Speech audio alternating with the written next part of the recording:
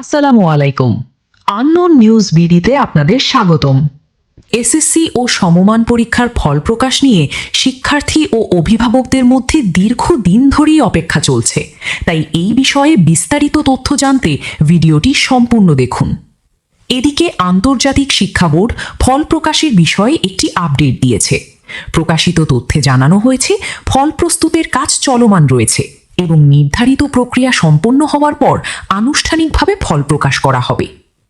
এখন পর্যন্ত ফল প্রকাশের নির্দিষ্ট তারিখ সংশ্লিষ্ট কর্তৃপক্ষ আনুষ্ঠানিকভাবে ঘোষণা করেনি, তাই শিক্ষার্থী ও অভিভাবকদের গুজবে কান না দিয়ে শিক্ষা বোর্ডের অফিসিয়াল ঘোষণা অনুসরণ করার পরামর্শ দেওয়া হচ্ছে।